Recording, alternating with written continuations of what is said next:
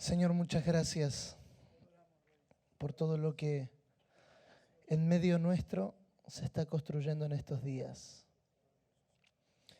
Gracias, Señor, porque aunque no llegamos a percibir con nuestros ojos humanos la magnitud de tu edificación en nosotros, sabemos que cada una de las palabras, de las improntas de tu espíritu a nuestro espíritu durante estos días irán repercutiendo a los próximos días. Gracias, Señor. Gracias porque este encuentro no termina aquí, ni hoy, ni tampoco mañana, sino que comienza en cada una de nuestras asignaciones, en nuestras vidas, en nuestras familias, en nuestras casas, llevando a la vida todo esto que nos estás revelando y dispensando. Señor, una vez más, gracias por este ambiente. Gracias por esta casa. Gracias por todo lo que colabora para que el escenario sea maravilloso para poder recibir tu palabra sin estorbos. Señor, a ti sea toda gloria por siempre y para siempre. Amén y amén. ¿Puede tomar su asiento?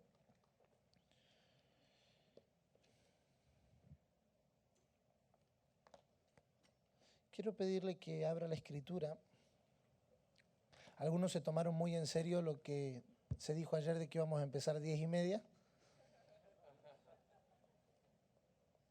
Pero no hay problema, los perdonamos. Que Sabanás los suelte. Usted sabe que los cristianos tenemos espíritu para todo, ¿verdad? Vamos a abrir la escritura en... Ya fue, salgamos de ahí. En Tito capítulo 3, yo voy a cerrar mi participación y le pido que podamos mantener... Vamos a abrir primero, vamos a buscar Hebreos capítulo 2, verso 1. Sin quererlo se convirtió en la base de lo que hemos compartido, así que vamos a aprovechar esa inocente o esa base sin premeditarlo. Así que vamos a buscar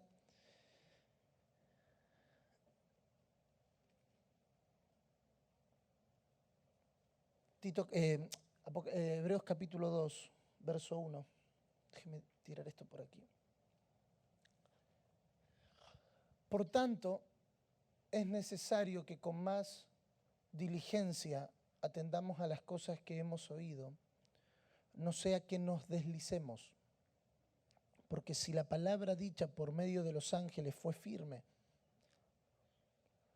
ya solo esa frase nos pudiera suponer otro tema. Sería bueno que usted estudie qué dijeron los ángeles. Y toda transgresión y desobediencia recibió justa retribución. ¿Cómo escaparemos nosotros si descuidamos una salvación tan grande, la cual, habiendo sido anunciada primeramente por el Señor, nos fue confirmada por los que oyeron? Yo he sentido un énfasis puntual para estos días en esta palabra. ¿Cómo escaparemos si descuidamos? ¿Sí? Y yo sé que lo dije ayer y sé que lo dije antes de ayer, pero de manera muy intencional quiero hacer énfasis en el valor o la importancia de prestar atención al descuido. Porque a veces no nos damos cuenta y lentamente nos vamos descuidando. Me llama la atención que el versículo 1 comienza diciendo: no sea que nos deslicemos. Y me puse a buscar, yo lo dije ayer, tiene que ver con perder el rumbo, tiene que ver con estar a la deriva. Pero una de las palabras más interesantes que encontré para desliz es caída progresiva. O sea, uno se va deslizando, deslizando, deslizando hasta que se cae de la cama. Y a veces no nos damos cuenta, pero el descuido nos va sacando de una posición. Recuerde que yo estoy hablando de posición, identidad y manifestación. Así que mi referencia a caída no será algo moral solamente, sino a caerse de una posición. Cuando nos vamos dando ciertas licencias, comenzamos a deslizarnos. Y cuando comenzamos a tomar las licencias o los descuidos como algo normal, el fin de esas licencias será caerse de esa posición.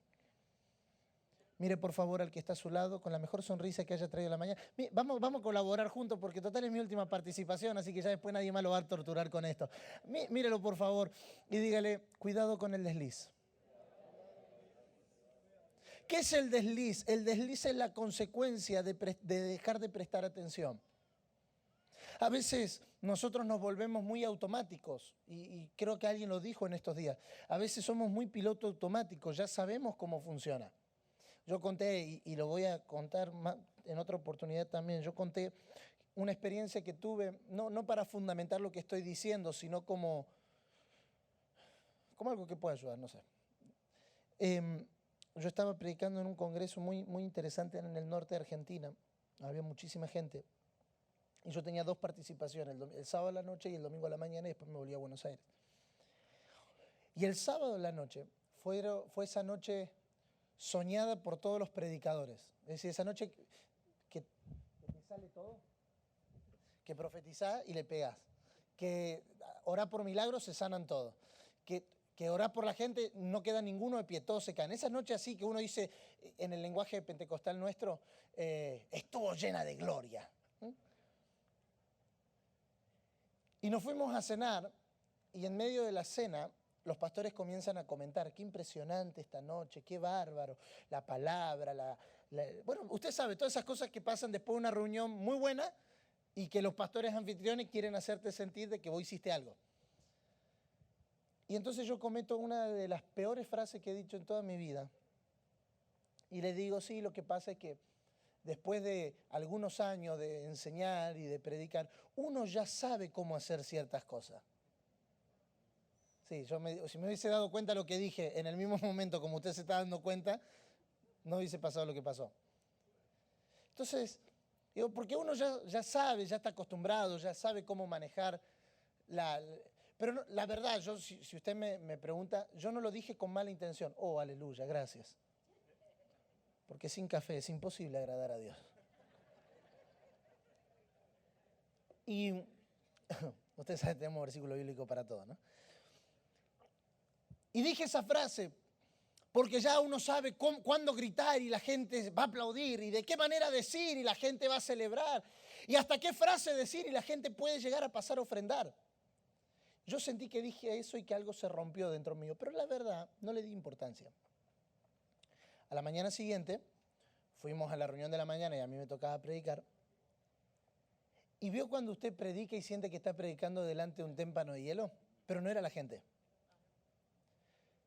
Mi primera reacción fue enojarme. ¿Ve esta gente? ¿Cómo puede ser? Ayer se paraba, saltaba, no terminaba de decir la frase que así es, y ahora me miran todos con cara de nada. Eso fue los primeros 10 minutos, los primeros 20 minutos, la primera media hora. Claro, ya después yo ya sentía que hacía un chiste, nadie se reía. Gritaba, nadie aplaudía. Contaba algo así como emocionante, nadie lloraba. Yo dije, esta gente, ¿qué es lo que le pasa? Me cambiaron el público entre ayer y hoy.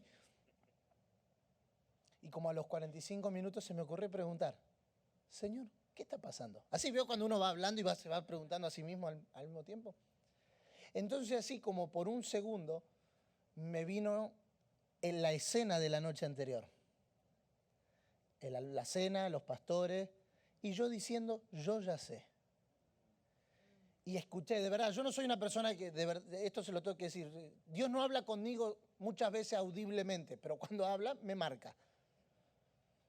Entonces escuché al Señor decir, ¿no era que vos ya sabías cómo se hacía? Dale, hacelo. Entonces uno automáticamente, en la mente carnal y humana, dice, bueno, pido perdón y pasa. Entonces, bueno, Señor, perdóname, pero hace algo porque estamos delante de tantos jóvenes. Entonces otra vez vuelve la imagen. ¿No era que vos ya sabías cómo se hacía? Hacelo. A lo único que atiné fue a pedir que pasen los hermanos de la canción, que cantemos algo y yo tirarme en el piso y sentir sentir el dolor de saber que me había perdido de mi posición. Hermano, el día que nosotros creamos, que sepamos cómo hacer las cosas, es el día donde Dios dice, no entendiste nada. Tengo un amigo muy llegado a mi corazón. Es una de las personas que en este tiempo se ha vuelto muy clave para mi vida y para mi familia. Y él, su mensaje principal es mantengámonos dependientes del Señor todo el tiempo.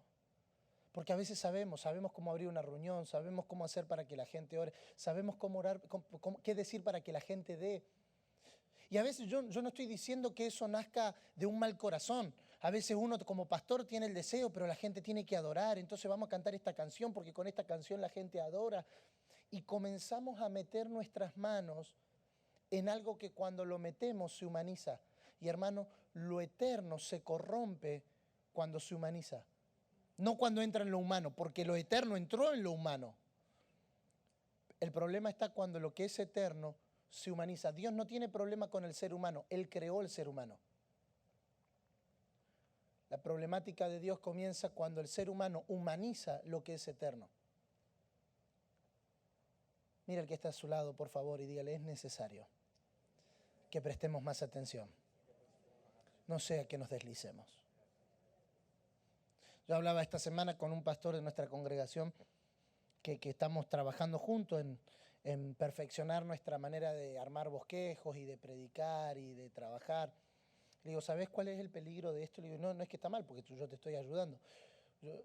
El peligro está que vos sepas cómo se hace. Que vos sepas cómo se hace un bosquejo, que vos sepas cómo se predica, que vos sepas, porque el día que nosotros sepamos es el día que verdaderamente le decimos a Dios, no sabemos nada. Y yo no estoy diciendo que no hay que prepararse, que no hay que estudiar, que no hay que preparar. No, lo que estoy diciendo es, nunca perdamos la posición de dependencia del Señor. Todo el tiempo, Señor, necesito tu voz claramente para saber qué hacer. Porque, hermano, yo sé que a usted no le pasa, pero a veces somos tentados a salirnos de la dependencia del Señor. Porque ya sabemos, bueno, no voy a andar preguntando al Señor por esto, ya sé. Tito capítulo 3, verso 5.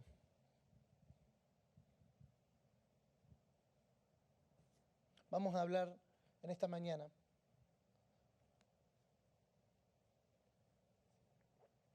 y que ese reloj comienza a detenerse ya.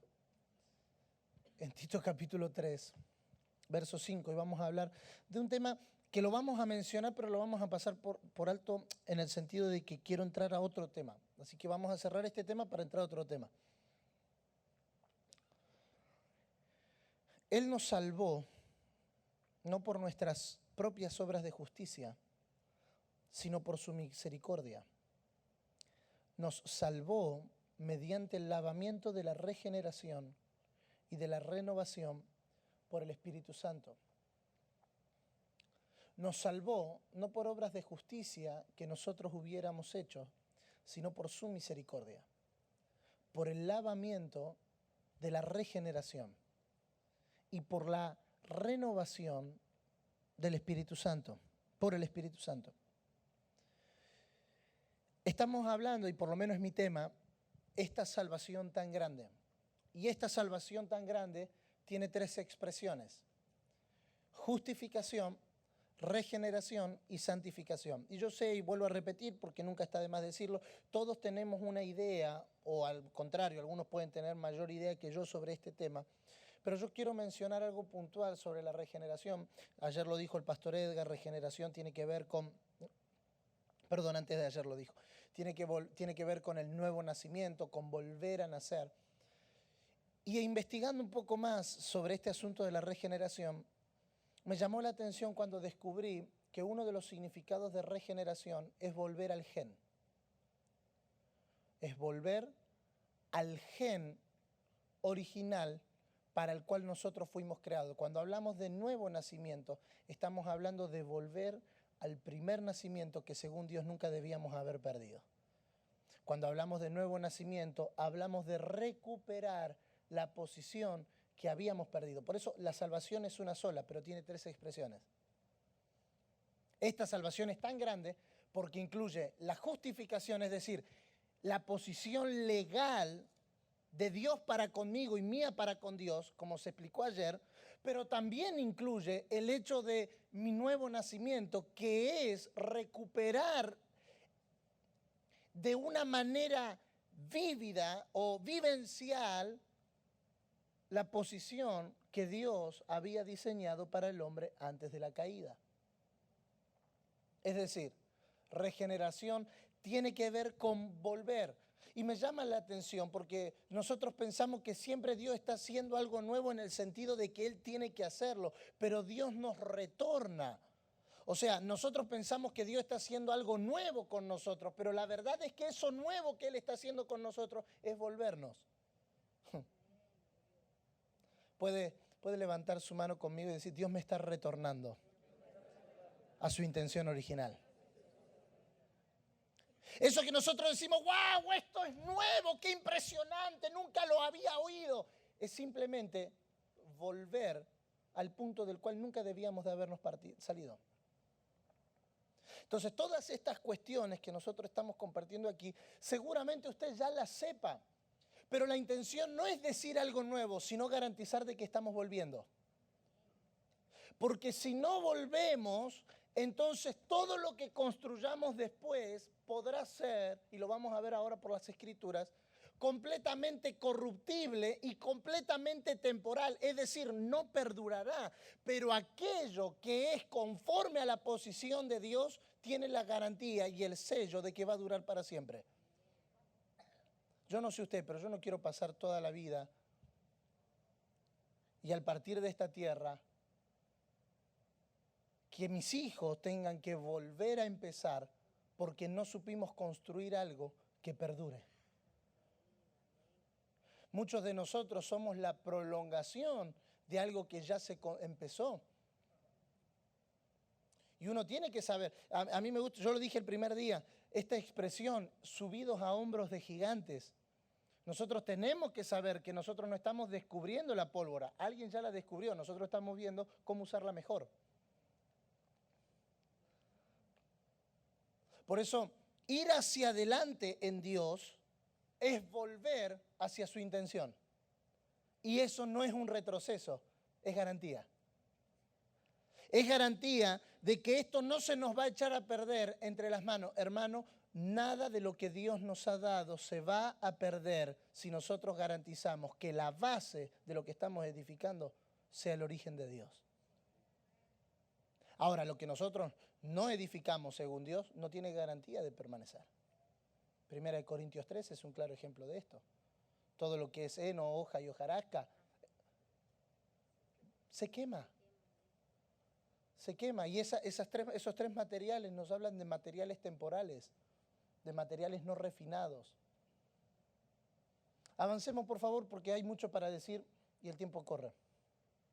Entonces, lo dijo el pastor Edgar hace 2 días atrás. Regeneración tiene que ver con un nuevo nacimiento y tiene que ver con una nueva naturaleza. Por eso, definir este asunto define si verdaderamente hemos nacido de nuevo, porque la evidencia de que hemos nacido de nuevo es la nueva naturaleza. El problema del ser humano, suyo, mío y de cualquier ser humano, no se encuentra en las prácticas que nosotros hacemos, sino en la naturaleza que nosotros tenemos. Porque alguien puede, vamos a poner un ejemplo que se usó en estos días. Creo que fue el pastor Pimentel que habló de la dieta, ¿no? ¿Sí? Yo hice dieta varias veces. Yo sé que ninguno de ustedes no, porque todos tienen cuerpo y que no necesitaron dieta nunca. Y uno puede aprender a hacer una dieta de 21 días, de 10 días, de 12 días, de 3 meses, a fragmentar las porciones, a comer frutita a la mañana, la colación antes del mediodía, las porciones, un pedacito, la pasta según el tamaño de tu mano, todas esas cosas. Veo que yo le dije juguito natural y agüita y 3 litros por día y usted puede 12 vasos, puede aprenderlo. Pero hay un momento donde si vos no cambiaste esto, vas a ir a McDonald's doble cuarto de libra con queso, combo agrandado, extra cheddar, extra bacon, coca la bebida. No me gusta McDonald's, es su imaginación. Y todo eso que durante una semana con mucho esfuerzo. Allá en Argentina, no sé si acá debe haber, existe la pizza libre. Es decir, usted va, paga un monto fijo y come toda la pizza que usted pueda. Pero toda, cuando le digo toda, es toda. Con mi hermano Samuel tenemos un récord, que no sé si para vergüenza o para gloria lo digo, de 18 porciones de pizza él y 19 porciones de pizza yo. Por una. Y uno dice, voy a hacer dieta y me voy a cuidar y emite frases, ¿no? Yo sé que ninguno de ustedes ha emitido esta frase. A partir de hoy, no como más pasta, dejo la Coca-Cola. A partir del lunes comienzo el gimnasio. Y este año voy a pagar toda la mensualidad junta para que cuando me arrepienta diga, ya pagué, tengo que ir. Y tenemos todas esas cosas. No, hermano, yo ya conozco todas las excusas. Salgo a caminar. ¿Y qué hace el que quiere salir a caminar? Va y se compra todo el equipo de gimnasia nuevo. Se compra la camiseta, se compra los pantalones, se compra las zapatillas. Se gasta como $300 en todo nuevo. ¿Cuánto dura salir a caminar? Una vez. Y uno comienza a tener hábitos saludables. Diga conmigo, por favor, hábitos saludables. Pero no sé usted, pero para el jueves de la primera semana de dieta uno tiene unas ganas. En mi caso yo soy muy dulcero. A mí me gustan mucho las cosas dulces. Y uno tiene una gana de un cheesecake New York. Y una tortita de chocolate para acompañar el café de la tarde. Ahí están apareciendo, mirá cómo se están revelando. Y uno dice, sí, hábito saludable, hábito saludable, hábito saludable. Y uno mira el cheesecake y mira la lechuga. Entonces dice, no, la lechuga, la lechuga. Y después agarra y dice, bueno, la lechuga y el chocolate. Porque llega un momento que la naturaleza que nos gobierna sobrepasa el hábito. Yo le preguntaría, ¿qué es más fácil? ¿Cambiar un hábito o cambiar una naturaleza? Porque según los que saben, usted necesita 21 días para cambiar el hábito. Entre 21 y 40, algunos no se ponen de acuerdo, pero ponen 40. Pero la mayoría de nosotros venimos toda nuestra vida luchando con el cambio de naturaleza. A veces nos volvemos tan expertos en las prácticas. Yo sé cómo orar, sé cómo ayunar, sé cómo predicar, sé cómo hacer esto para que Dios haga lo otro. No, hermano, ore así porque esa oración toca el corazón de Dios. Emitimos frases, hacemos pensamientos, pero la verdad es que la verdadera regeneración no es la que cambia nuestro hábito, sino la que cambia nuestra naturaleza. Déjeme ponerle otro ejemplo. Dios no quiere cambiar nuestros pensamientos. Él quiere cambiar la fábrica de nuestros pensamientos. Porque por autosuperación yo puedo cambiar mis pensamientos, pero no podré cambiar la fábrica. Por eso el apóstol Pablo, en esto pensar. Porque si la fábrica no cambia, es muy difícil que yo deje de pensar todo lo que es bueno, todo lo que es justo, todo lo que es de buen nombre. Puede decir conmigo para no decirle al que está a su lado, pues ya lo tiene harto al de al lado. Diga conmigo, por favor, necesito la operación de la regeneración en mí. Porque, hermano, el propósito eterno de Dios no se traba con el diablo. Se traba con gente no regenerada. Que con buenos hábitos busca suplantar la naturaleza de vida. Dios no quiere domesticar a la bestia. La bestia tiene que morir. No piense en su suegra, por favor. Tiene que morir. Tiene que morir. Porque, ¿sabe? El mayor impedimento al desarrollo del propósito eterno de Dios en una generación está en personas que no hayan cambiado de naturaleza, pero que aprendan los hábitos. Entonces aprendemos. Digo, pastora, yo sé que usted no, porque usted tiene un discernimiento espectacular. Pero no le pasó nunca a decir, anda bien esta persona. Oh, mirá cómo levanta las manos. Mirá cómo canta en las reuniones. No se va del auditorio sin ofrendar. Pinta lindo, decimos nosotros en Argentina. Mirá qué bien que va.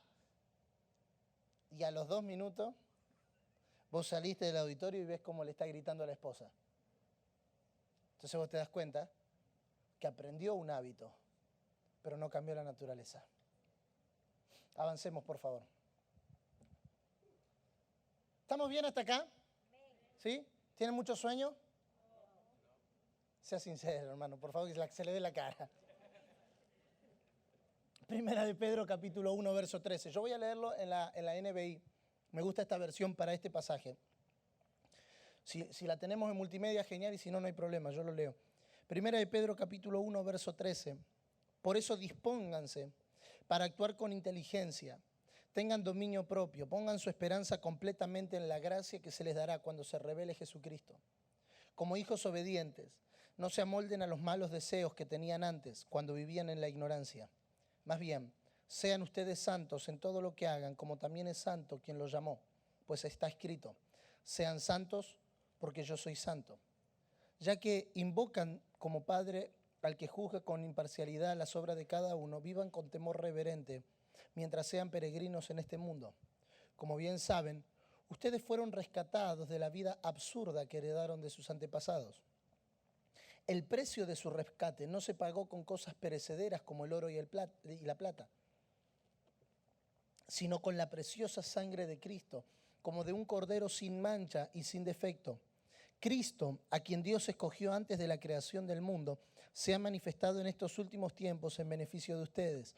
Por medio de Él, ustedes creen en Dios, que lo resucitó y glorificó, de modo que su fe y su esperanza están puestas en Dios. Ahora que se han purificado, obedeciendo a la verdad y tienen un amor sincero por sus hermanos, ámense de todo corazón los unos a los otros, pues ustedes han nacido de nuevo, no de simiente perecedera, sino de simiente imperecedera, mediante la palabra de Dios que vive y permanece. Porque todo mortal es como la hierba y toda su gloria como la flor del campo. La hierba se seca y la flor se cae, pero la palabra del Señor permanece para siempre. Y esta es la palabra del Evangelio que se les ha anunciado a ustedes. El apóstol Pedro, no tenemos tiempo para explicar en profundidad Primera de Pedro, pero el apóstol Pedro se encarga de hablar a una iglesia que necesita saber que fue regenerada. Y él va a dar algunas evidencias de una persona regenerada, que es mi introducción al tema de esta mañana. En Primera de Pedro nosotros encontramos algunas características de un regenerado. Y no es características como para chequear. Bueno, de las 10 tengo 4, estamos bien. Sino para garantizar que si hemos nacido de nuevo, estas cosas tienen que estar en nosotros. Yo he aprendido que todo lo que tiene vida tiene evidencias. Mi esposa estaba embarazada y los primeros, usted sabe que los médicos siempre dicen, los primeros 3 meses no tenés que decir nada. Nosotros no aguantamos, nos enteramos el lunes a la mañana y el lunes a la noche ya le estábamos contando a nuestros papás.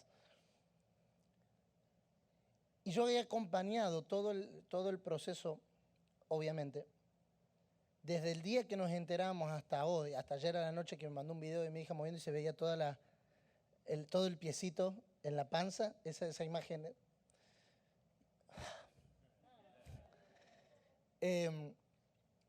Y desde el día 1 que nos enteramos, yo comencé a ver los cambios en el cuerpo de mi esposa por la vida que tenía dentro. Comencé a ver que después de un tiempo ya no se podía parar con la misma rapidez que antes, que no podía dormir en la misma posición de siempre, que no podía bajar las escaleras de nuestra casa con la misma velocidad que las bajaba siempre, que no se podía agachar como siempre, que tampoco se podía sentar como siempre, porque había algo que estaba comenzando a aparecer que manifestaba que había una vida dentro. Entonces, cuando hablamos de evidencias, estamos hablando de algo que se puede ver porque es vida lo que se está expresando de nosotros. No hablamos de características como para llenar una listita, sino de evidencias de que si esto está en nosotros, esto tiene que estar también. No es lo mismo. Vamos a verlo, por favor.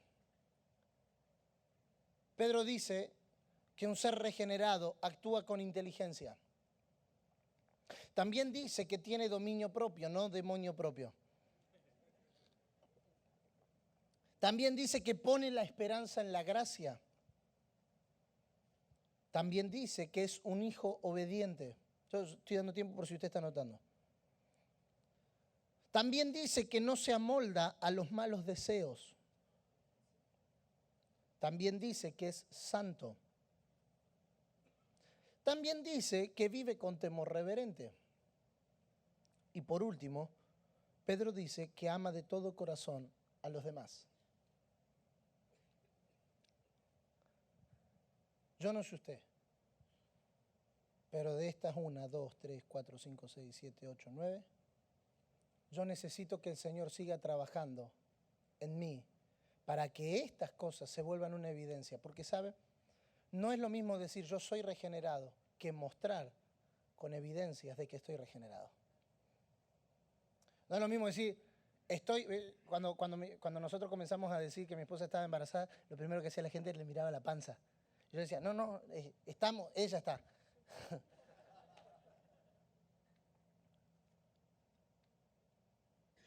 No es lo mismo decir a que ahora usted la vea y diga, no hay forma que esta mujer diga que no está embarazada.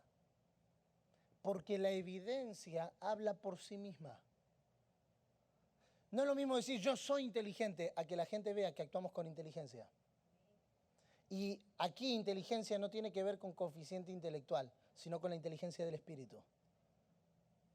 Con la sabiduría del Espíritu. Con la capacidad del Espíritu. Ahora, hay 4 cosas interesantes que son las que yo quiero compartir con ustedes y le agradezco su paciencia. Que el apóstol Pedro y Pablo van a mencionar en respecto a la regeneración. Primero, van a decir que fuimos rescatados por su sangre. Por favor, si usted está anotando, anote. Yo esta mañana tengo el sentir de enseñar, no de ministrar, así que lamento decepcionarlo si usted esperaba la administración, pero va a haber gente después de mí que lo va a poder hacer. Yo tengo la asignación de enseñar. Fuimos rescatados por su sangre. Versos 18 y 19. Como bien saben, ustedes fueron rescatados de la vida absurda que heredaron de sus antepasados. El precio de su rescate no se pagó con cosas perecederas como el oro y la plata, sino con la preciosa sangre de Cristo, como de un cordero sin mancha y sin defecto. Entonces, primero, fuimos rescatados por su sangre. Esto quiere decir que fuimos rescatados por un gran precio. Y ayer yo hablé a la mañana de la importancia de revalorizar el precio que se pagó por nuestra salvación. Porque no es lo mismo el costo que tiene para usted que el que tuvo para Dios. Para nosotros la cruz significa una cosa, para Dios significa otra. Para nosotros cruz significa el lugar donde mis pecados fueron perdonados, para Dios significa el lugar donde murió su Hijo. Entonces, todo cambia en perspectiva cuando yo veo desde otra posición. Desde mi posición yo recibo el beneficio, desde su posición yo entiendo su dolor. Y cuando sé y cuando experimento el gran precio que se pagó, entonces entiendo que la salvación es gratuita para nosotros, pero que a Dios le costó la sangre de su Hijo. Y esto me llama la atención. La palabra que utiliza el apóstol Pedro para describir esta obra, él dice, fuimos rescatados. ¿Cuándo alguien tiene que ser rescatado? Cuando está cautivo, cuando está secuestrado, cuando está esclavizado. Nosotros estábamos esclavizados al pecado. No a un pecado, al pecado. Nosotros estábamos vendidos. El pecado era nuestro dueño. Estábamos vendidos al pecado y la única forma de ser rescatado, Dios efectuó un rescate. Él nos rescató y no solo que nos rescató, sino que nos cambió de dueño. Oh, aleluya. Él no me sacó del pecado para hacer lo que yo quiero. Él me sacó del pecado para cambiarme de dueño, porque ahora yo le pertenezco a Él. La diferencia es, escuchen, la diferencia es que Él no me está diciendo que yo soy su dueño.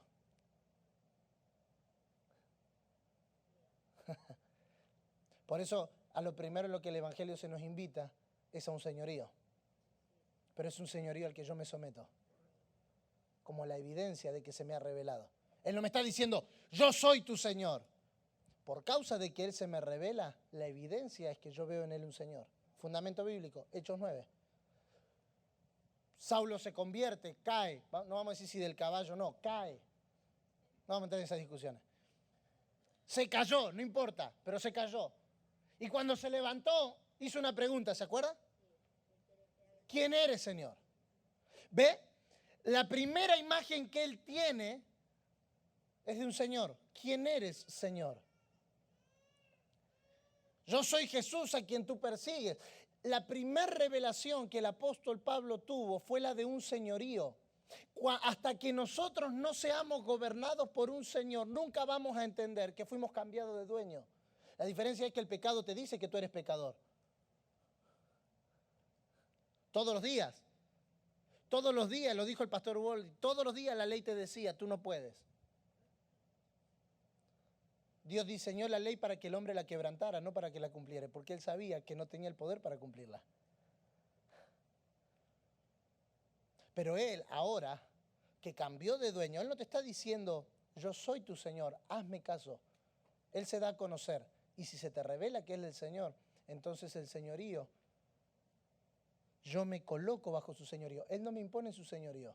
Por eso hay gente, tenemos personas, nosotros mismos, que aunque decimos que estamos bajo su señorío, hacemos lo que queremos, porque Él no es nuestro Señor.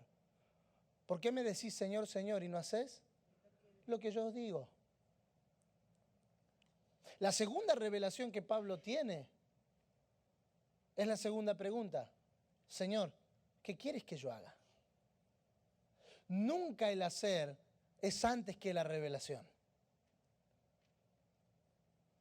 Nosotros automáticamente queremos que Dios nos dé para hacer algo. No sé si a usted le pasa, a mí me pasa en nuestra congregación que cuando se convierte alguien o alguien viene a otra congregación, lo primero que dice es, ¿y cuándo empiezo?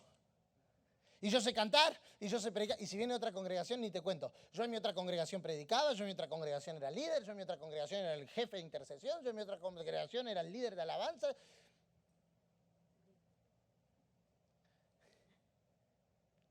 Y empezamos a preguntar, pastor, ¿qué quiere que yo haga? Pastor, dígame cómo. Pero lo primero que el Señor nos muestra en la conversión de Saulo es que Él está más interesado en que le conozcamos que en que hagamos algo para Él. Porque hacer algo para Él sin estar bajo su señorío es tener un arma de doble filo en las manos. Porque lo único que garantiza que nosotros hemos cambiado de naturaleza no es que hagamos algo para Él, sino de que Él sea nuestro Señor. Por causa de que Él es nuestro Señor, entonces yo puedo hacer algo para Él. Hermanos, vienen días de una extrema productividad para aquellos que se han sometido a su señorío. Si alguien está sometido a su señorío, Dios no te dejará haciendo nada. Pero no te pondrá a hacer algo hasta que Él no sea tu Señor.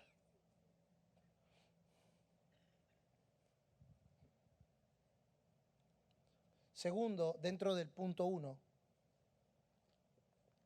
fuimos rescatados de una vida absurda. La palabra absurda significa vana, sin sentido, inútil, vacía, estéril. Una vida que heredamos de nuestros antepasados. Y no me voy a meter aquí porque no tenemos tiempo para desarrollarlo. Pero saber que yo fui rescatado resuelve mi pasado. Yo no tengo pasado porque yo fui rescatado. Lo dije ayer y lo quiero volver a afirmar. De modo que si alguno está en Cristo, nueva criatura, que usted recuerde su pasado, no quiere decir que Dios lo recuerde. Fuimos rescatados. ¿Sabe? La idea de rescatado da la idea de sacado de un lugar y colocado en otro sin traer todo el bagaje de lo que estaba aquí.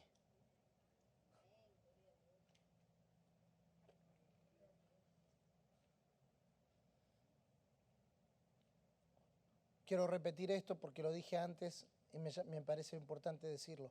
Es un asunto de naturaleza, no de acciones. Es un asunto de naturaleza, no de méritos. Segundo punto, dentro de esto que estamos viendo de Pedro,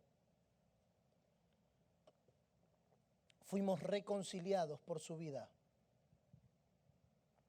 Cristo se manifestó en beneficio nuestro. Él no solo fue el precio de nuestro rescate, ahora también se reveló y se dio a conocer a nosotros.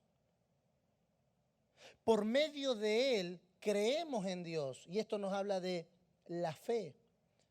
Podemos tener fe y esperanza en Dios por medio de Él. Romanos 5, 8 al 11, si usted quiere anotarlo, lo leemos después.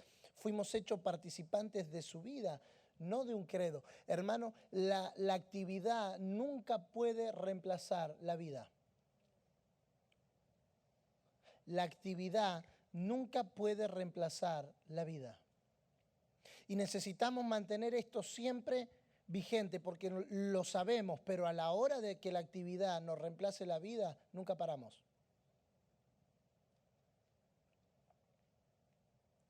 Yo me di cuenta que nunca, al sentirme sobrepasado por actividades y descuidar la vida de oración, yo le decía al apóstol o a quien sea, este viaje no lo puedo tomar.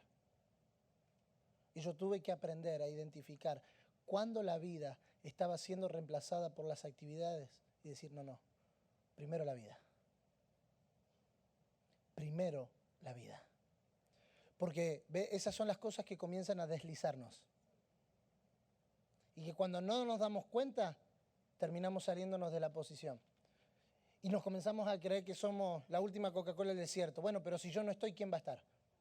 Bueno, pero si yo no voy, ¿quién va a cuidar al apóstol? Bueno, pero si yo no estoy, ¿quién va a manejar el programa? No, pero si yo no estoy... Sí, pero ninguna actividad, por más noble que sea, puede sustituir el estado de la vida interior.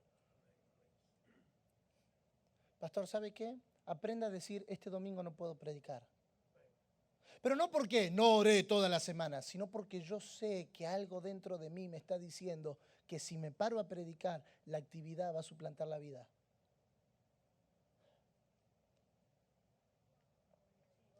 ¿Qué pasa? Que hasta que no entendamos que esto no es un asunto nuestro, sino de Él, siempre nos va a gustar la actividad. Bueno, pero ¿y si no predico más, qué hago?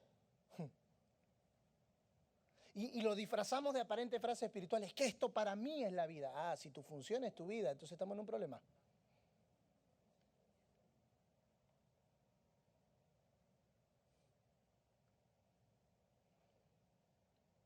Si la función es la vida, estamos en un problema.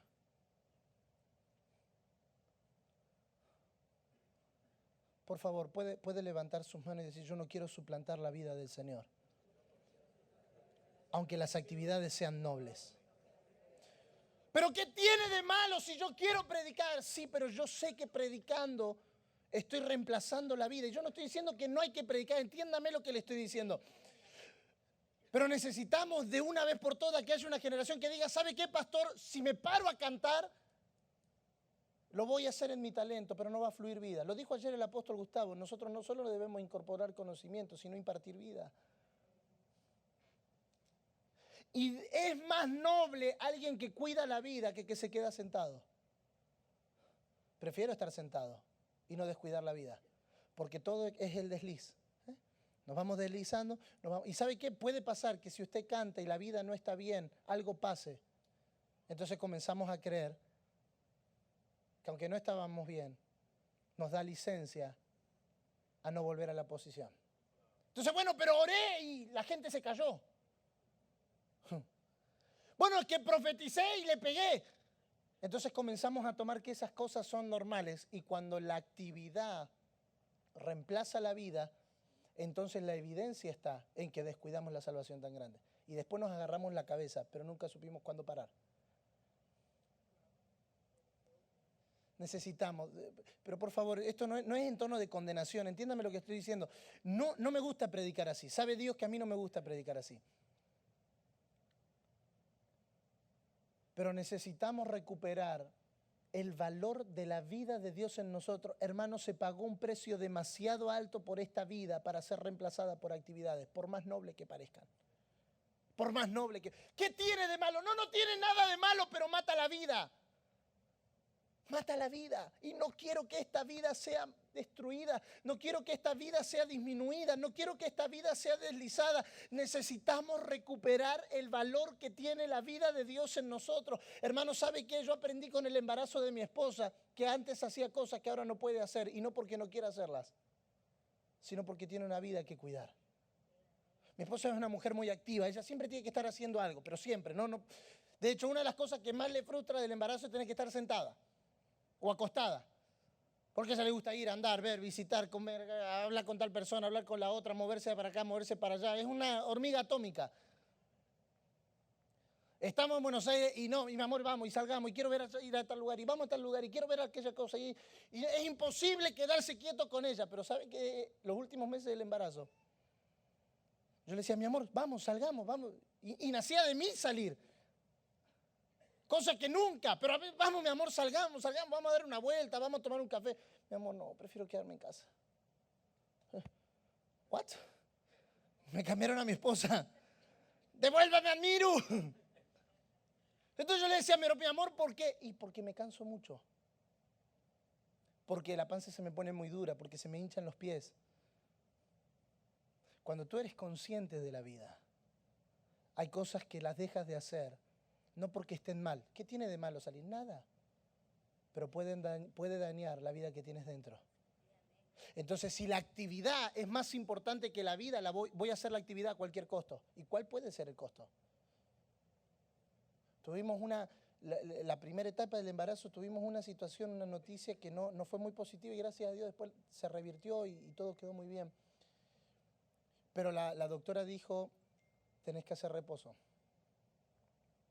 Entonces, claro, no había ninguna imposibilidad física, no estaba la panza que está ahora, no estaban los pies, ella estaba bien, normal, dos meses de embarazo, dos meses y medio de embarazo, perdón, 9 semanas y media de embarazo, 10 semanas de embarazo. Y ella estaba completamente acostada y tenía que quedarse quieta en casa, lo máximo que podía hacer era bajar al primer piso, a la planta baja. Era lo máximo que podía hacer y uno no es consciente del poder de las actividades y la vida hasta que te mandan a estar quieto cuando vos te sentís bien. Porque yo le decía, pero mi amor, no te puedo... No, mi amor, es que me siento bien. Sí, yo sé que te sentí bien, pero la doctora dijo que te quedes acostada. Actividad. ¿Puede decir conmigo, por favor? Actividad no reemplaza vida. Actividad. Claro, nosotros venimos de una generación donde no se para, donde 7 días, hermano, nosotros en el año 2000, el pastor Javier nos conoció para esa época, 97, fines de 97. Pero para la época del año 2000, nosotros estábamos en pleno auge de iglesia pentecostal vibrante, aunque usted no lo crea. El apóstol Gustavo no dejaba, está siendo grabado. Póngale pausa, por favor, hermano. El apóstol Gustavo no dejaba subir a predicar a nadie si no tenía corbata. Nosotros teníamos en la entrada de la congregación un perchero con corbata, por si te habías olvidado tu corbata y te tocaba subir a la plataforma, te pongas corbata. De verdad. El pastor Uboldi, ese es el pasado del cual Cristo nos rescató. Y a veces usted veía a los hermanos con camisa blanca, pantalón negro y corbata fosforescente amarilla, porque encima nunca quedaban las mejores corbatas colgadas en el perchero, ¿no? Siempre las de Mickey, las de las Naciones. ¿Y cuál era el concepto que nosotros teníamos? Cuanto más tiempo esté dentro de la iglesia, cuanto más culto haya, mejor está la congregación. Entonces nosotros teníamos culto delante del Señor Diego y después se lo puede preguntar al apóstol Gustavo sin decirle que yo estoy diciendo todo esto. Así como que se le ocurrió a usted por ahí. De lunes a domingo, o sea, de lunes a lunes, culto todos los días. Culto de mujeres, culto de niños, culto de damas, culto de hombres, culto de adolescentes, culto de liberación, culto de milagro, culto de sanidad interior, culto de esto, culto de aquello. Ya después no sabíamos qué más culto poner porque tuvimos que poner más culto, entonces era culto general. Y nos pasábamos todo, yo tengo recuerdos, yo tenía 7, 8 años, no menos, 6 años. Y yo llegaba a la congregación, iba al colegio de 8 a 1 de la tarde, de 8 de la mañana a 1 de la tarde. Llegaba de corbata. Y me quedaba en la congregación de 1 a 2 de la mañana, porque siempre había alguna consejería. A las 2:30 teníamos un culto, a las 5:30 otro y a las 7 otro. No iba nadie, ni el de las 2:30 ni el de las 5, pero había que tener culto.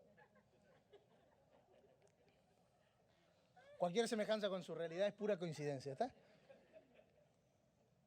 Porque cuanto más culto, mejor. ¿No? Y yo no estoy diciendo que no hay que tener culto, por favor.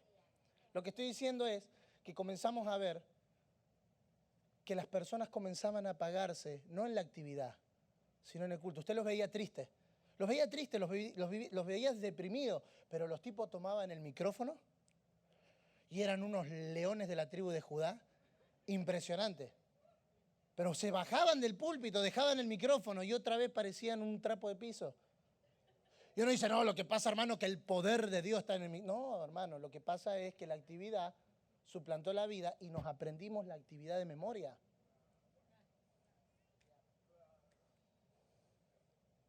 Es lo que le contaba al principio. Yo sé cómo hacerlo. Entonces nos paramos, agarramos el micrófono de una manera. Yo sé que ninguno de ustedes pasan con estas cosas. Yo les cuento lo que nosotros... Agarramos el micrófono de una manera, de la otra. Y no nos damos cuenta, pero la actividad... Pastor, ¿qué quiere decir? ¿Que tengo que dejar de hacer todo lo que estoy haciendo? No, solo garantizar que haya vida. Porque en medio de toda esta gente que yo le estoy contando, había gente viva para el Señor.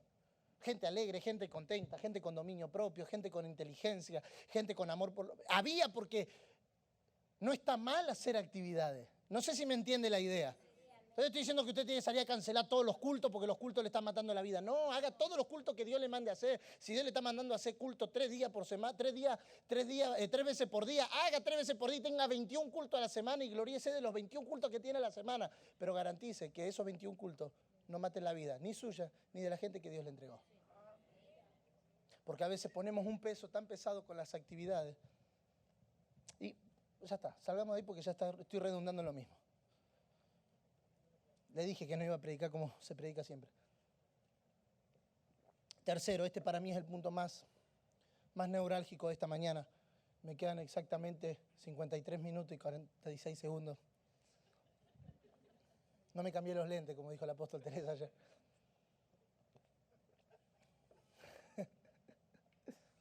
Lo bueno es que usted no ve el reloj, solo lo veo yo. Entonces usted ve este, pero yo veo ese.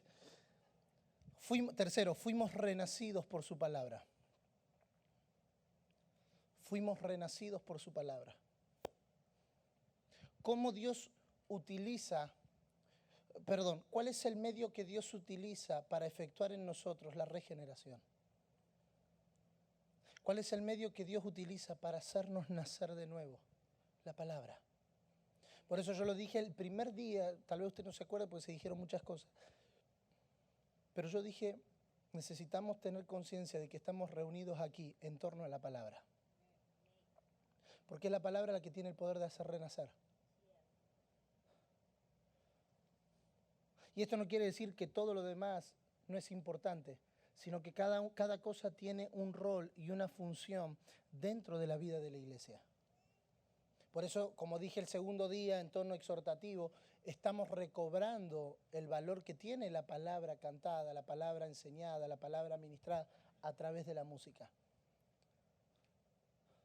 Ayer se nos dijo de otra manera, pero nosotros no vivimos más bajo un orden arónico donde tenemos levitas que nos llevan a la presencia del Señor. Nosotros tenemos ministros que ministran la palabra a través de instrumentos. No hay levitas que nos lleven a la presencia de Dios porque la presencia de Dios fue abierta para todos. Todos podemos entrar.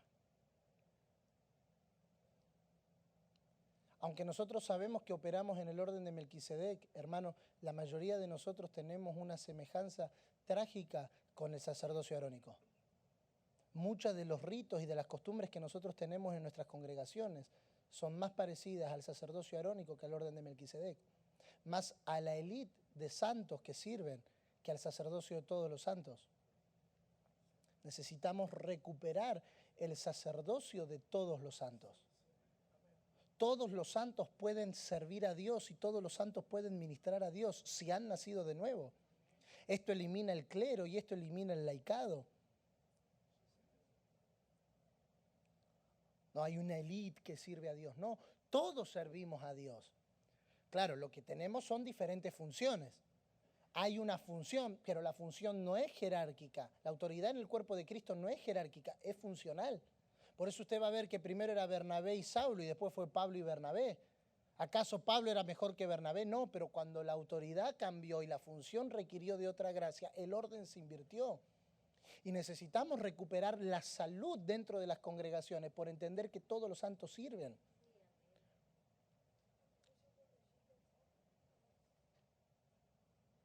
Fuimos renacidos por su palabra.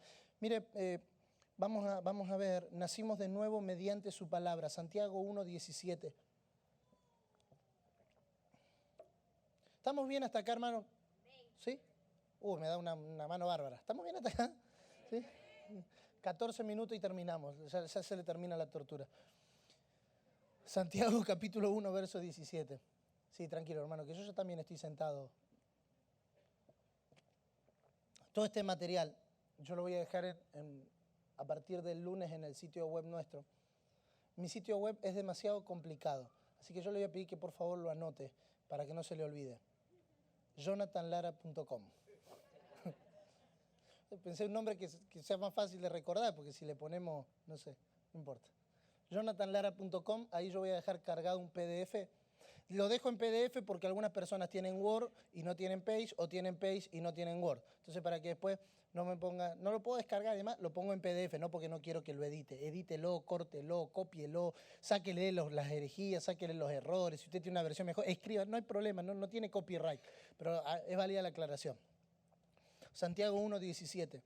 Toda buena dádiva y todo don perfecto descienden de lo alto, donde está el Padre que creó las lumbreras celestes y que no cambia como los astros, ni se mueve como las sombras.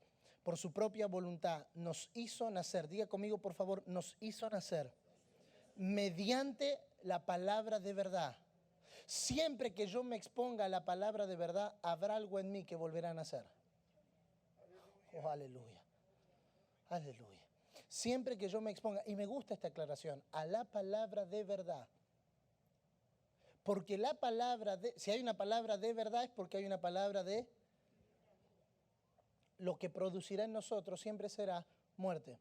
Pero lo que produce en nosotros la palabra de verdad es hacer volver a nacer en nosotros la simiente divina. Usted no está naciendo de nuevo todos los días, usted nació de nuevo una vez, pero todos los días hay algo de Dios que debe de renacer en mí. No es que todos los días nazco de nuevo, yo nací de nuevo una vez, pero todas las veces que me expongo a la palabra de verdad, la palabra de verdad tiene el poder de hacer renacer en mí. Y hermano, fue una palabra que yo recibí muy fuerte para este encuentro. Vamos a ver los próximos días cosas de parte de Dios renacer en nosotros, renacer la fe, renacer la esperanza, renacer el amor, renacer la comunión, renacer la vida, renacer. Vamos a experimentar renacimientos de parte de Dios, donde vamos a ver otra vez que si creemos a la palabra de verdad y la oímos, entonces lo de Dios en nosotros va a volver a nacer. Y el pecado, ni la muerte, ni la destrucción, ni la condenación va a matar lo que Dios hace renacer. ¿Por qué Dios necesita hacer renacer? Volver a nacer. ¿Por qué Dios necesita eso? Porque la naturaleza de pecado busca matar, busca destruir. Porque quiero usar el ejemplo tan maravilloso que se nos enseñó ayer a la noche. Las cenizas buscan apagar. Entonces Dios tiene por la palabra de verdad que volver a hacer nacer.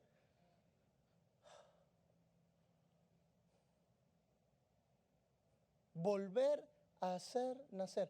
Hay cosas de parte del Señor, hay situaciones, hay lugares, hay personas que Dios las va a volver a hacer renacer entre nosotros, porque Dios no es Dios de muerte, Dios es Dios de vida.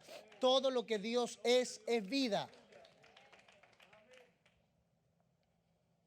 Su palabra produce vida. Mire, yo quiero decirlo, no lo iba a decir, pero lo voy a decir.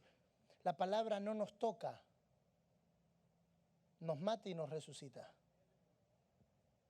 Nosotros tenemos frases que solo nosotros la inventamos. Hermano, venga a recibir el toque de Dios. Si usted encuentra en el Nuevo Testamento donde Dios toca, me retracto, pero Dios no toca.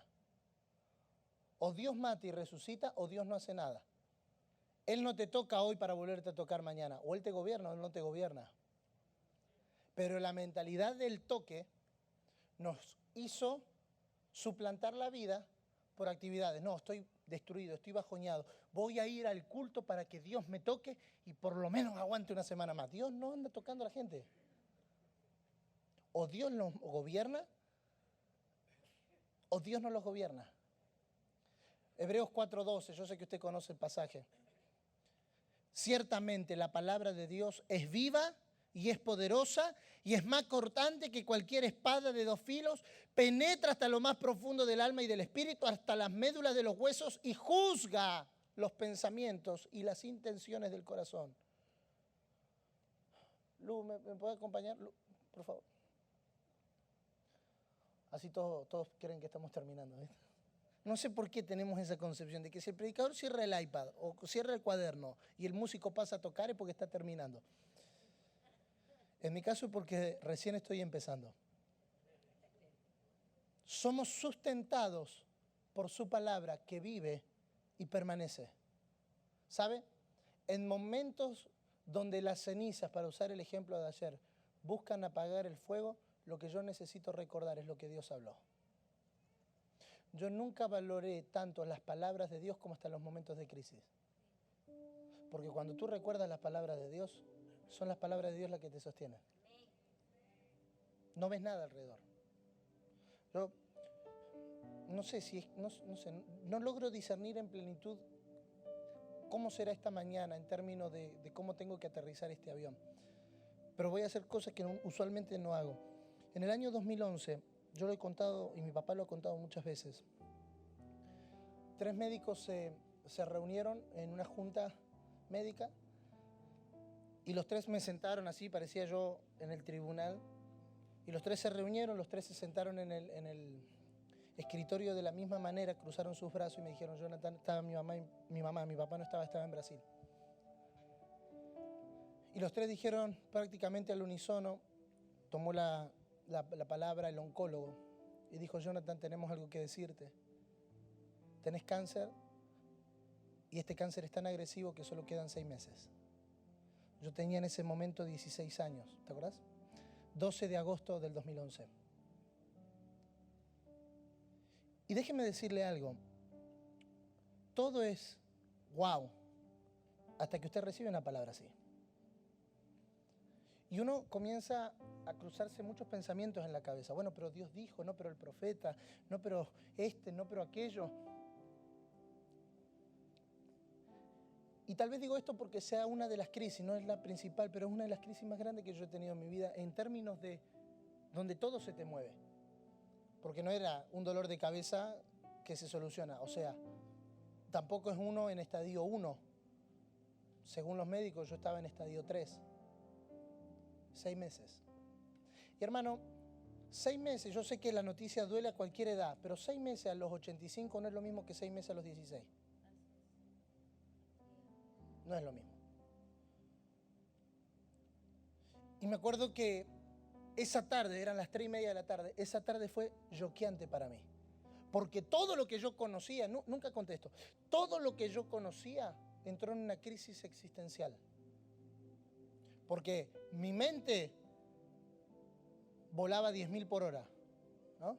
Bueno, pero y todo lo que Dios dijo. Dentro mío yo estaba confiado de que Dios puede, porque encima sabía todos los versículos bíblicos. Él se llevó toda mi enfermedad, esto se va a obrar para bien, y esto no será ni porque aquel pecó ni porque el otro pecó, esto será para la gloria de Dios, porque comenzamos a tratar de convencernos. Y me acuerdo que llegamos a casa, encima con la música esta queda como retrete. No me di cuenta hasta que...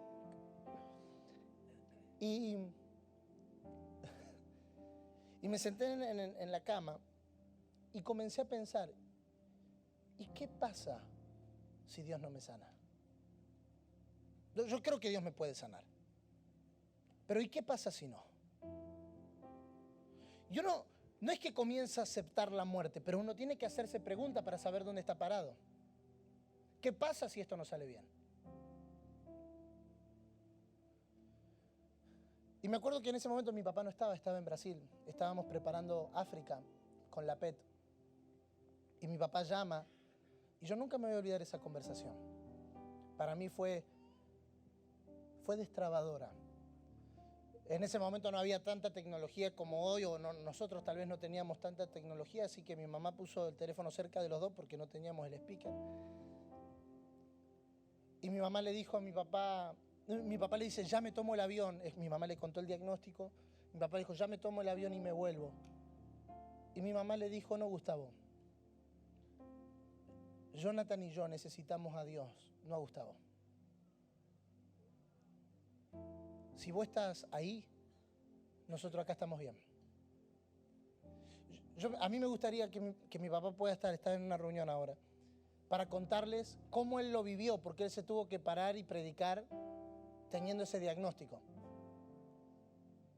Y enseñar y compartir y cerrar el viaje. Y recién 2 días después le contó a los hermanos contra qué estábamos batallando. Pero mi papá dijo una frase que para mí fue la frase del proceso. Él dijo, decile a Jonathan que él tiene padre. Y nunca le asigné tanto valor a la paternidad. Pero no es la paternidad de una persona, a la palabra que sale de la boca de Dios, como esa tarde.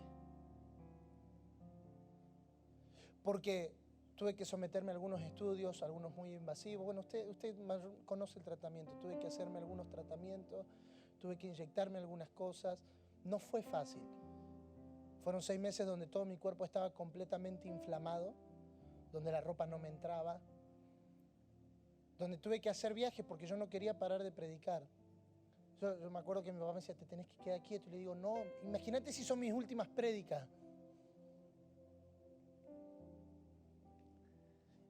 Y uno de los viajes que hice a Rosario, a lo de nuestra amiga, y terminé de predicar y a mí me habían hecho una biopsia y yo me puse a orar por la gente y en uno de esos uno se cae y yo lo quiero como agarrar y cuando lo tiro así se me abre acá. Termino en el hospital. Bueno, toda una cuestión media fuerte. Y cuando estoy por hacerme la última biopsia, yo escuché y sé que fue del Señor decir, te metí en esto para probar qué había en tu corazón. Y sabe, yo no digo que tenía mucha trayectoria recorrida, pero sabía mucho, conocía mucho. Y uno nunca valora tanto la voz del Señor como cuando la voz del Señor se convierte en tu sustento. Porque hermano, cuando no tenés otra cosa, cuando los médicos nos dan chance, cuando los diagnósticos, o sea, cuando todo a tu alrededor, y no quiero hablar de esto como enfermedad, quiero hablar de esto como crisis, porque todo lo que yo conocía como vida entró en crisis. Y no me voy a casar, y no voy a tener hijos, y no voy a cumplir esto, y no voy a hacer lo otro, y no voy a estudiar. Todo lo que conoces entra en crisis. Pero la esperanza está en la palabra que vive y que permanece para siempre. Es imposible que no enfrentemos situaciones que busquen apagar lo que Dios nos habló. No se puede. Una vez se ve la congregación y dice, esto no es lo que Dios me habló. Una vez se ve la familia y dice, esto no es lo que Dios me habló. Pero lo importante es que Dios habló. Y si Dios habló, lo que Dios habló tiene el poder de hacer renacer para sostenernos en medio del proceso. Como se dará cuenta, el Señor hizo un milagro y aquí estamos por la gracia de Dios, sin ningún tipo de rastro, sin ningún tipo de secuela. Todo lo que me dijeron que yo no iba a poder hacer, lo hice completamente normal. Bueno, normal no, porque nunca fui normal, pero ¿qué quiero decirte con esto? Si Dios no lo hubiese hecho, yo hubiese tenido la misma palabra que me hubiese sostenido hasta el final. Necesitamos recobrar el valor que tiene la palabra. Porque hermano, en tiempos de crisis es la palabra la que nos hace renacer. ¿Y sabe lo que me llama la atención? Que dice que la palabra nos hizo renacer a una esperanza viva. no algo que desaparece, no algo que está muerto, no algo que espero que pase. Nos hizo renacer a una esperanza viva. Y le dije hace unos minutos atrás, yo no sé cómo aterrizar este avión, pero comienzo a entender cómo debe de terminar esto.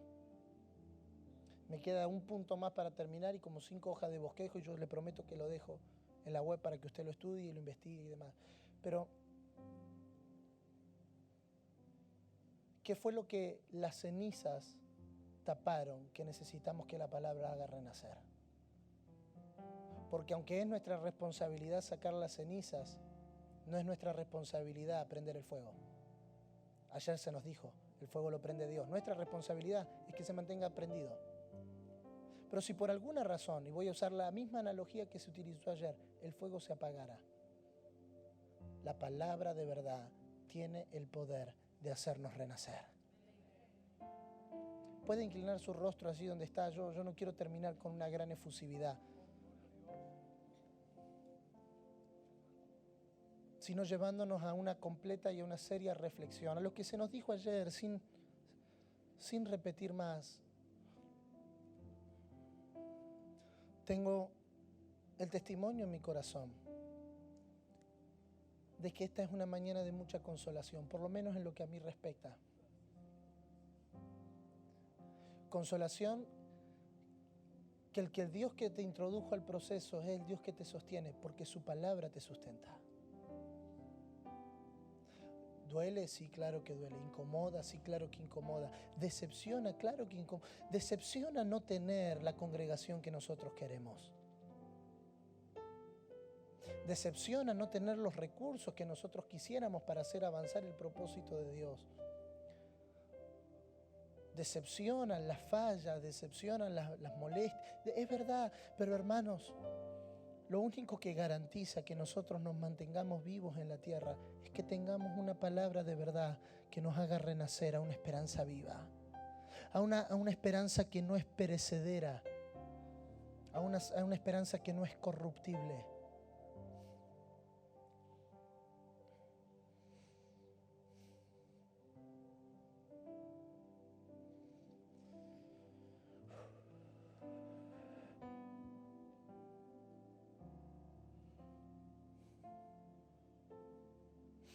Cuando entendemos que fuimos rescatados por su sangre, el resultado será valorar su vida.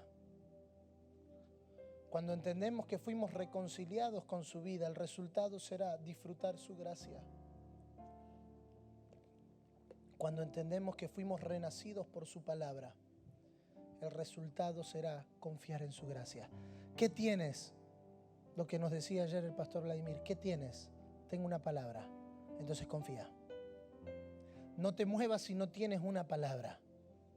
Pero si tienes una palabra, confía. Confía, confía, confía, confía. Confía que el Dios que te introdujo al proceso es el Dios que te da todo lo necesario para sostenerte durante el proceso. Y yo no sé cuál sea el proceso, pero confía. Confía, confía. Confía que aunque las cenizas hayan apagado el fuego, Él tiene el mismo poder que ayer para volver a prenderlo otra vez. Adora al Señor allí donde estás. El último punto que yo iba a compartir tenía que ver con la vida que vence la frustración. A veces, sin quererlo, nos llenamos de frustraciones, de cosas que no son como nosotros esperamos, que no van como nosotros esperamos, que no avanzan con la velocidad que nosotros esperamos, que se vuelven a repetir como nosotros no esperamos. ¿Qué necesito en medio de esto, profeta? Necesitas una palabra de Dios. Necesitas la palabra. Solo di la palabra. ¿Qué necesito en medio de esto? ¿Una profecía personal? No, necesitas la palabra de Dios, necesitas su palabra. Y aunque la profecía pueda colaborar, no es tan vital como la palabra. La palabra limpia tu frustración. Yo veo esta mañana el Señor limpiando por su palabra frustraciones y haciendo renacer haciendo renacer, haciendo renacer. Hay cosas que no son como tú esperabas y hay cosas que no van a ser como tú esperas.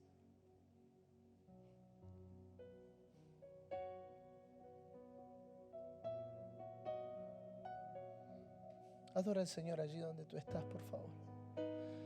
Hay una operación de su gracia tan maravillosa, tan maravillosa. Gracias, Señor.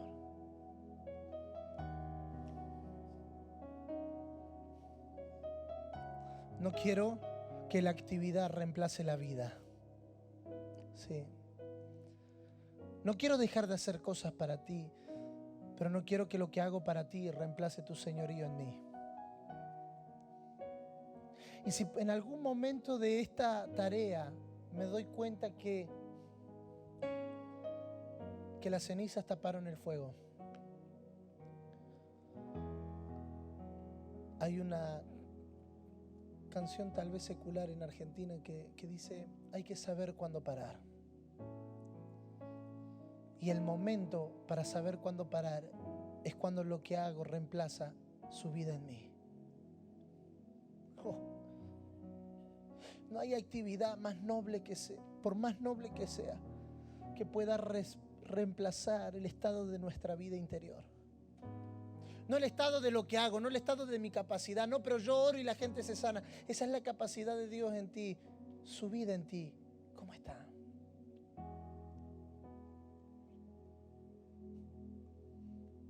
Porque desde su vida es más fácil amar. No quiere decir que no duela, quiere decir que su vida en nosotros puede hacerlo. Desde su vida es más, su vida en nosotros es más capaz de recobrar la esperanza viva en nosotros. Señor, no sé cómo será todo esto, pero tengo esperanza que si tengo tu palabra me basta. Me basta tu palabra, Señor. Me basta tu palabra. En medio de todo y en medio de tanto, necesito que tu palabra renazca en mí. Yo quiero hacer un pedido. Si tú sabes que hay algo en ti que Él tiene que hacer renacer, quisiera pedirte que te pongas de pie. No voy a hacer un llamado al altar, no tenemos tiempo para hacerlo, pero sí quisiera pedirte que te pongas de pie. Si tú dices: yo sé que hay algo en mí que solo Dios puede hacer renacer. Si no te pongas de pie, no hay problema. Esto no es el culto donde todos tienen que ponerse de pie. Pero si tú dices: yo sé que hay algo en mí que tiene que volver a nacer. Si tú dices: Señor, yo necesito tu palabra viva. Allí donde estás, adora al Señor, por favor, adora al Señor. Porque sabe, yo he aprendido que si hay algo que Dios ama hacer es hablar. ¿Sabe cómo Dios llama nuestra atención? Míreme un segundo, por favor. ¿Sabe cómo Dios llama nuestra atención? En mi casa, mi mamá, cuando quería llamar la atención, cuando decía Jonathan, Jonathan, y no le dábamos bolilla, ella levantaba la voz. Usted nunca fue hijo si no sabe cómo grita su mamá para llamar tu atención. No es por enojo, no es por bronca, es porque ella quiere llamar tu atención. Entonces levanta la voz. Estás distraído, no lo escuchaste, haces el otro. Pero ¿sabe cómo Dios llama nuestra atención? Haciendo silencio. Y no hay nada peor para alguien que se acostumbró a oír a Dios que Dios haga silencio. No hay nada más duro.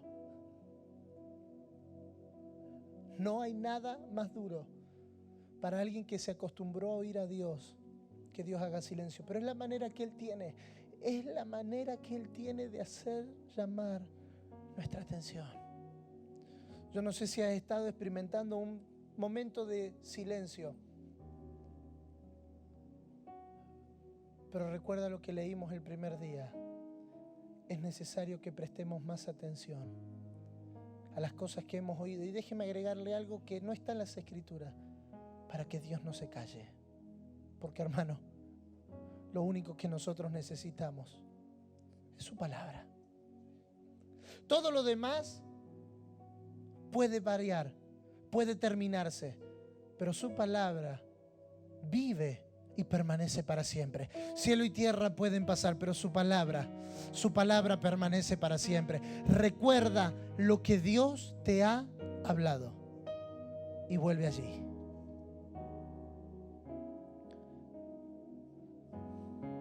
Adora al Señor, por favor, por unos momentos. Tu palabra es un río incontenible que brota de nosotros y salta para vida. Eres luz perfecta, eres el perfecto amor que disipó todo temor. Tu palabra es un río incontenible que brota de nosotros y salta para vida. Eres luz perfecta, eres el perfecto amor que disipó todo temor.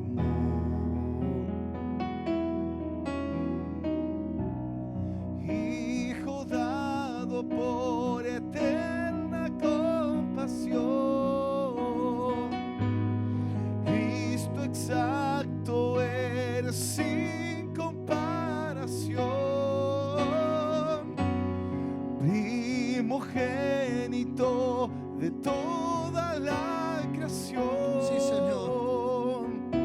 El universo se sostiene por Señor, en esta mañana rogamos que nuestros oídos sigan siendo destapados para volver a oír tu palabra, para continuar oyendo tu palabra. Oramos, Señor, para que haya un renacer. Si puedes orar en esta dirección, Señor, haznos renacer a una esperanza viva. Haznos renacer aquello a lo cual tú nos has llamado. Haznos renacer aquello para lo cual fuimos escogidos.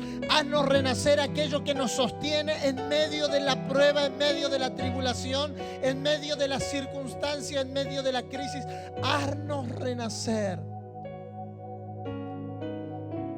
Gracias, Señor, por tu naturaleza operando en nosotros. Porque aquel que comenzó la buena obra la va a perfeccionar hasta el día de Jesucristo. Para gloria de Dios Padre, de Dios Hijo y del Espíritu Santo. Amén y amén.